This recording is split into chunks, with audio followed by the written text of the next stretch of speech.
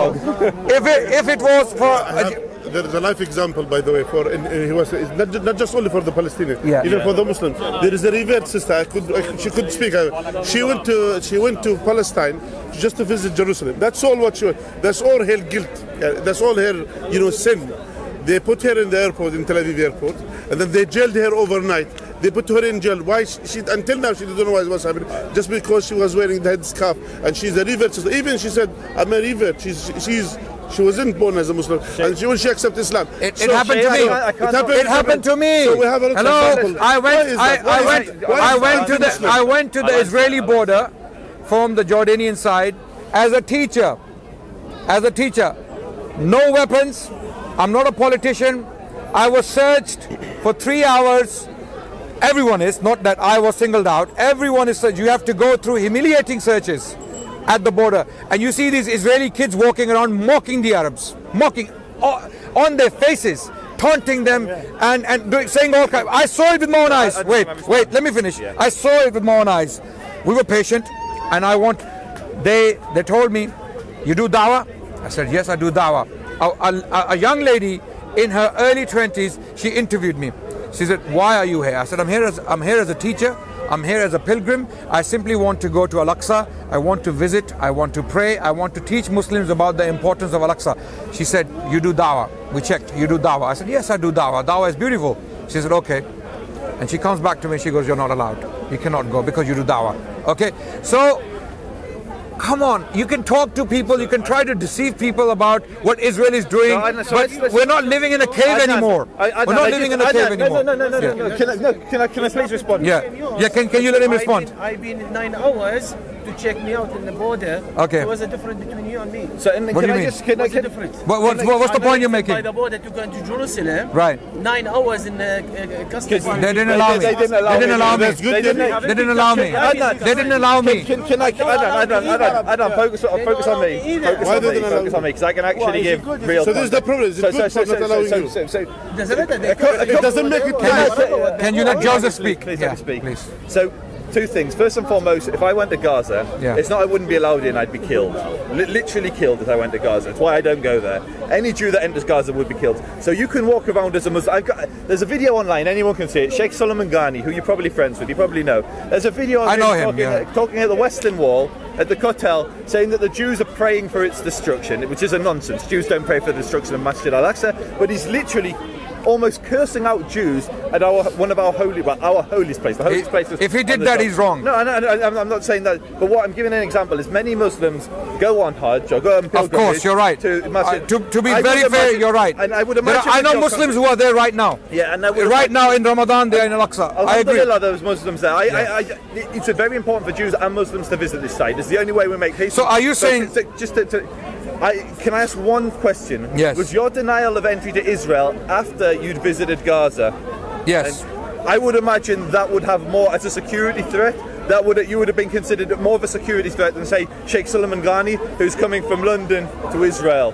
Had you come directly to Israel, you probably would have possibly. That's a fair point. I understand that because I went to Gaza, so the assumption could be that he went to Gaza, so he's a red dot on him. And I will also add that there are racist Israelis. Yes. Just like there's racist British people. Yes. And there's racist. Yeah, there are many racist Israelis. Many racist Israelis. Because the ones I saw at the border were very racist. They were very, very ugly people. Their behavior was very ugly. I can't talk for you. Come on, you want to have the best people at the border.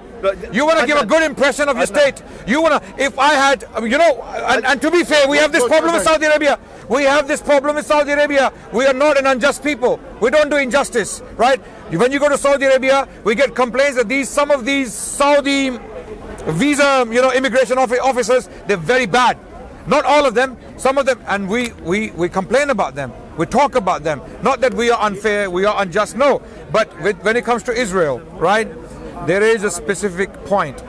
They are repeatedly killing Palestinians, civilians, children. They just bombed a residential area. In Ramadan, they bombed. I suspect that most Jews just lost pity. Israel's a very small community, and there were 650 rockets fired into Israel. I know there's an Englishman who I'm friends with. His house was destroyed. So there is conflict. There is death on both sides. There is death on both sides. What I think is fundamentally important here is the border of Gaza. Yeah, there is an existential threat to Israel. Israel faces annihilation every breathing moment of its existence. Saudi Arabia doesn't. Do you think the Israeli government is occupying land unfairly? So unfairly. So this is a change in the conversation. If you come and sit in my sitting room, I have a very nice sitting room. You come in with a gun, with an Uzi. You come in with an Uzi, Israeli made in Israel. You sit in my sitting room and you tell me, your wife, your children in the toilet. Okay, my parents in the kitchen. Go and die there, and do not leave. Don't leave the toilet. If you leave the toilet, we're going to shoot you in the chest. Okay, and then people come from outside to help us. Oh, let them come into the living room. They want their living room back. And then what happens? You spray the Uzi. Shh, drrr, Uzi. You've seen Uzi, yeah? It's very fast when it shoots, yeah. In the movies we have seen it, right? I've never seen one in my life, by the way. So Miami Vice. There used to be a movie back in the day, yeah. And so how do you feel about that? Okay, perfect point. So the Sheikh here is from Jordan, yeah. So the reason the West Bank is called the West Bank is because it's considered the West Bank of Jordan. Yeah. In 1948, Jordan conquered the West Bank. That's not true. No, it made it part, and that's why all Palestinians were offered the right to Jordan never conquered. Okay, stop. Jordan never conquered anything. Stop. How did you say this? Listen. Let him finish. I was respectful to you. Yeah, Don't please. have at me. Please. So in 1948, Yes. Jordan took control of the West Bank. It declared itself sovereign over the West Bank. Britain and Pakistan recognized that sovereignty. The Palestinians on the Arab, they weren't yet Palestinians. Britain recognized it. Britain recognized Jordan's sovereignty over the West Bank. Okay. The green line that everyone talks about, the 1949 armistice line, was the temporary peace treaty between Jordan and Israel. That's now the green line. This is where you're getting you're in my house. But what I'm trying to tell you, before you laughed at me, which isn't a very Islamic thing to do, by the way, what do you say conquered? Conquered is not the right word. So was there a military army in there? Did they have their troops in there? You choose the worst example, actually. Okay. The worst. But was the Jordanian army in there? Listen. Was the Jordanian? Jordan is Jordan, not the West Bank, and they had their troops there. We are not discussing about Jordan or Palestine. But that's convenient. We're not discussing that. We're not discussing this. The point is, Joseph, the issue, the conflict. What is the purpose? I mean, Jews and Muslims have lived together in peace for centuries. Muslims protected the Jewish people from extinction. I don't say this. Jewish historians are saying this. They are saying this, that the Jewish people were saved, they were protected from extinction by the Muslims, whether they were the Andalusian Muslims or whether they were the Ottomans or in the Middle East. Jews were protected for over 1,000 years by Muslims. What changed suddenly? Why are now Jews in the Arab world? Why is this conflict there? The conflict is there because something changed. Dynamics changed. Geography changed. These very vulnerable Jewish people who were entirely dependent upon Muslim protection for over 1,000 years suddenly became very powerful. They got their hands on weapons and they occupied land that never belonged to them. So if we study the history of Zionism, I'm finishing. Theodor Herzl, right? He went to the Ottoman Sultan. This is well documented. This is not legend. This is not stories people telling like Ertugrul, the drama. Yeah. It's not like that. Sultan Abdul Hamid was approached by Theodor Herzl, who went to the Sultan and he said, give us Palestine and we will pay your debt. The debt you owe to the Europeans, we will pay it. Sultan Abdul Hamid refused. He plainly refused. He said, Palestine is not mine to give it to you. It belongs to the Muslims. It's not mine. So what happened? The First World War happened and the outcome was the British mandate and lo and behold, the State of Israel. Okay, on gunpoint, a lot of land was taken. You know about Nakba, yeah? Nakba? Is it Nakba? Nakba, sorry, Nakba. Nakba, the catastrophe. You know about it. Yeah. What happened? Okay, so just before we go there, you kind of run a... So what tends to happen in these conversations is we deal with the point, and then when I'm debating a Muslim will tend to say, but the Jews and the Muslims always get along. Look at how great we do. We are getting along, yes. I think it's always a respectful conversation with you. Yes, absolutely. What I would say is, it's very, very easy to say, when confronted with today's politics, but it was good in the past, and at times it was good, and as we've agreed before, at times it wasn't great. what fundamentally changed, was the Jews actually gained their independence and stopped being subservient to the Muslims. You said the Jews got weapons, they got this, they got, and I wouldn't argue with that. The Jews did. They were able to arm themselves. They were able, as we see. I wouldn't say Jews. I would say Zionists. I would say Zionists. Not the Jews. Can I make my point, please, Adnan? The overwhelming majority of Jews in the world I would say Zionists. The overwhelming majority of Jews in the world today are Zionists, so it's a moot point. What I was trying to say was... That's debatable. Is that true? It's not debatable. In almost every poll. Which statistic? Almost every poll. Which statistic that you're referring to? Is it your own? It's a combination. So in America, you would look at the ADL surveys. In the UK, you would look at Jewish policy research and BICOM surveys. So all the Jewish people we see in Stamford Hill and Golders Green, you're telling me all those Orthodox Jews are Zionists? The overwhelming majority of Orthodox Jews in Golders Green, definitely. That's your claim. In Stamford Hill, you have Satmar and Nature Carter who are against. You then have communities like Bells, which are on the indifferent. And so there's a spectrum of opinion within Ashkenazi, ultra-Orthodox, or what we call Haredi Judaism. But it's a tangent, because what I'm trying to say is Zionism should be seen as the ultimate inspirational story of liberation. Nobody here would argue that the Jews were oppressed. Nobody here would argue that the Jews were slaughtered. By Muslims? No, at times, but most of the time, no. Well, at times the Jews are slaughtering people. Can I just try and make my point? Well, Adnan, I let you speak. Please let me speak. And what happened was, through our own strength, in our own courage, we were able to overthrow those that oppressed us. We were able to establish a homeland which, in theory... Are you a Jew? Yes, I am a Jew. He's Jewish, yes. Please. No, we're having a discussion. Conversation. It's not an open debate, it's not a Q&A. And so all I'm trying to say is it should be seen as an inspiration. In the same way that if the Palestinians were to achieve national liberation, you could argue the same argument. Here's the story of inspiration. The Palestinians, I would agree, the situation in Gaza is horrible. It's one of the things that I pray is improved. I don't want... Keep praying. Yeah, no, I do. I pray... Like you, Adnan, I also pray for peace. Most Jews pray for peace. Most Israelis pray for peace. Most Zionists pray for peace. Most Zionists pray for peace? Overwhelming majority. Yeah, every single Zionist prays for peace. So if a South African black told you that most whites pray for peace, they want the apartheid to be lifted, how would you feel about that? How many Zionists do you actually know, with the greatest respect? The ones I've met, my experience has been very unpleasant. When I met them in Israel, I didn't want to see them again. So you're dealing with one of probably the most visible Zionists in the UK, myself. Well, you're one of the nice Zionists. Thank you. Yeah. All Zionist means is you support Israel's right to exist as a Jewish country. In the same way that you can say... We as Muslims, in that sense, we are Zionists as well. Let me tell you, we support the right of the Israelis to exist. We support... As a sovereign Let nation. me clarify. We support the right of the Israelis to exist, and not only exist with prosperity, with peace and love and compassion. We support all that, but we do not support the right of the Israelis to live in someone else's living room. Okay, so let's get... That's the distinction. Let's come back to the is that clear? So we love the Jewish people as our brothers in humanity. We love them, we have sympathy for them, we have compassion for them. We have been taught by our Prophet to have compassion towards the Jewish people. It is in the Treaty of Medina. It is in the Constitution of Medina. The words are there that you must extend sympathetic treatment towards the Jewish people.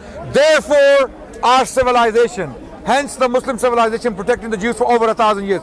But what we do not appreciate, that a Muslim entity or a Jewish entity claiming to be Jewish or a Christian entity comes into our lands and takes it by force. For example, look, ISIS. Why are we against ISIS? Why are we against ISIS? We are against ISIS because of the crimes ISIS has committed. Why are we against the Zionist state of Israel? Because of the crimes it's committing, not against the Jewish people. Right? Why are we against the Crusaders and those right-wing Christian extremists who are blowing up or shooting people in mosques? Why are we against them? Because they are extremists. They don't represent the people. So we're moving it's very clear again. now. So let's come back to the main point, which is the living room analogy. Yes, yeah. And so I think this is fundamental. Just in a very short description, could you describe to me what you actually mean? So would you consider Tel Aviv to be the Palestinian living room? Just so I can understand what we're talking. I consider the entire territory of Palestine okay, perfect. It belongs to the Palestinians. Okay, so if the Jewish people want to live there, they have always lived there.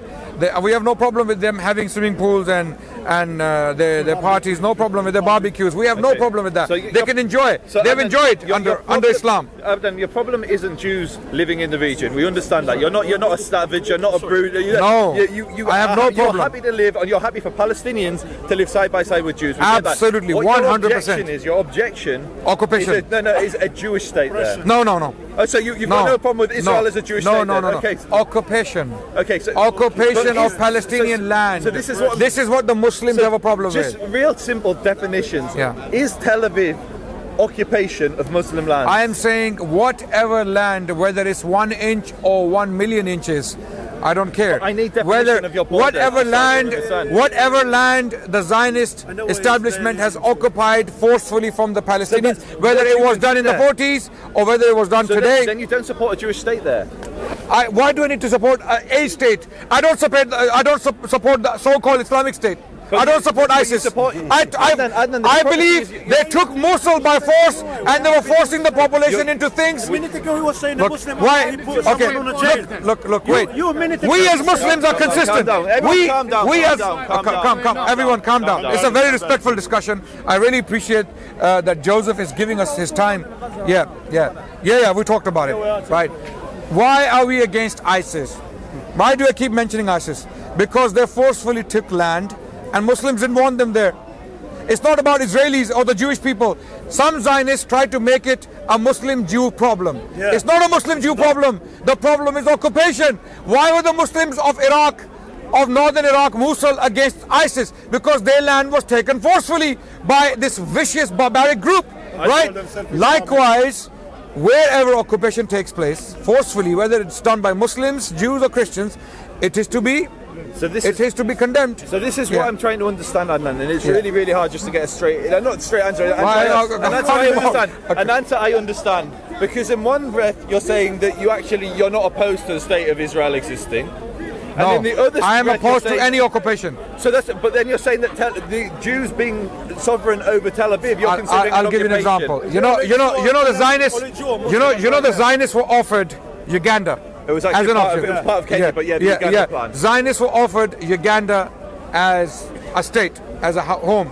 If the people of Uganda were happy with that, they gave that land willingly, signed the treaty, right, with the Zionists and gave that land to them, I would have no problem. Happily, no problem. But if they walked into it with guns and tanks, come on, that's an occupation. No human society, no civilized society in the world. With the greatest respect, Muslim armies, as you've admitted in conversations with us before, have marched from Arabia right the way to Western Sahara. Yeah, absolutely. And so you're right. And so you're right. And so, it was a state. It was territory taken by force, no doubt. But so why is that however, that was definitely an occupation. No doubt about that. Muslims did occupy land from northern China up to southern France. Definitely. What happened? The important point is, what was the aftermath? The aftermath was that the people of those lands, the people of those lands wanted the Muslims to stay. I'll give you one example, because I can't give you all examples. Time is limited. Syria. When Muslims came to take the city of Damascus, we are told by Dionysius, a Greek historian, and by a Muslim historian called Qadi Abu Yusuf, the student of Imam Abu Hanifa rahmatullah. They both tell us that when Muslims came to Damascus, the first time the people of Damascus saw them, they thought these barbarians have come to eat us. They're going to kill us, they're going to savage us, right? They fought. But when Muslims had overtaken the city of Damascus, the people of Damascus realized, hold on, these people do look like barbarians, but they're actually not barbarians because they came from the desert. They were not as civilized as the Byzantines, right? So once they took over, what happened? Their government was established. Then Heraclius, the Roman emperor, he mustered an army. He wanted to take the land back, the land of Syria back. What happened now? This is very interesting. The people of the land of Syria, they supported the Muslims, Christians. Byzantine Christians supported the Muslims against not Byzantine Christians, the Orthodox Syrian Christians supported the Muslims against the Byzantine Christians who were coming with Heraclius. It doesn't stop there. Same thing happened in Egypt. When Muslims took Egypt, the Coptic Christians, they backed the Muslims against the Byzantines. Why? So tell me, now give me an example, if Israel has taken the land by force. We can't, this is a reality. Israelis are there. Wait, are the Palestinians saying today, Israelis, please stay, please protect us against our Muslim brothers? So it's a valid comparison, right? So what are the Israelis doing to the Palestinians? That's the question. I'll let you speak, but please allow me to respond. So in some instances, you're right. Islam was accepted by the people. In other instances, the people spat Islam out. So an example would be Spain, Iberia, the Iberian Peninsula, all the way up to Vienna. Muslims were Islam was rejected. No. Islam was accepted in drives. People, Christians. How do I know this? 850s. Paul Alvarez, a Spanish historian, complaining about Christians coming to Islam. He writes, Paul Alvarez, go and check it out. Google Paul Alvarez, Alvarus, Paul Alvarez. He writes that our youngsters, Christian youngsters, are reading Muslim philosophy, Muslim poetry. They can utter better poetry than the Arabs themselves.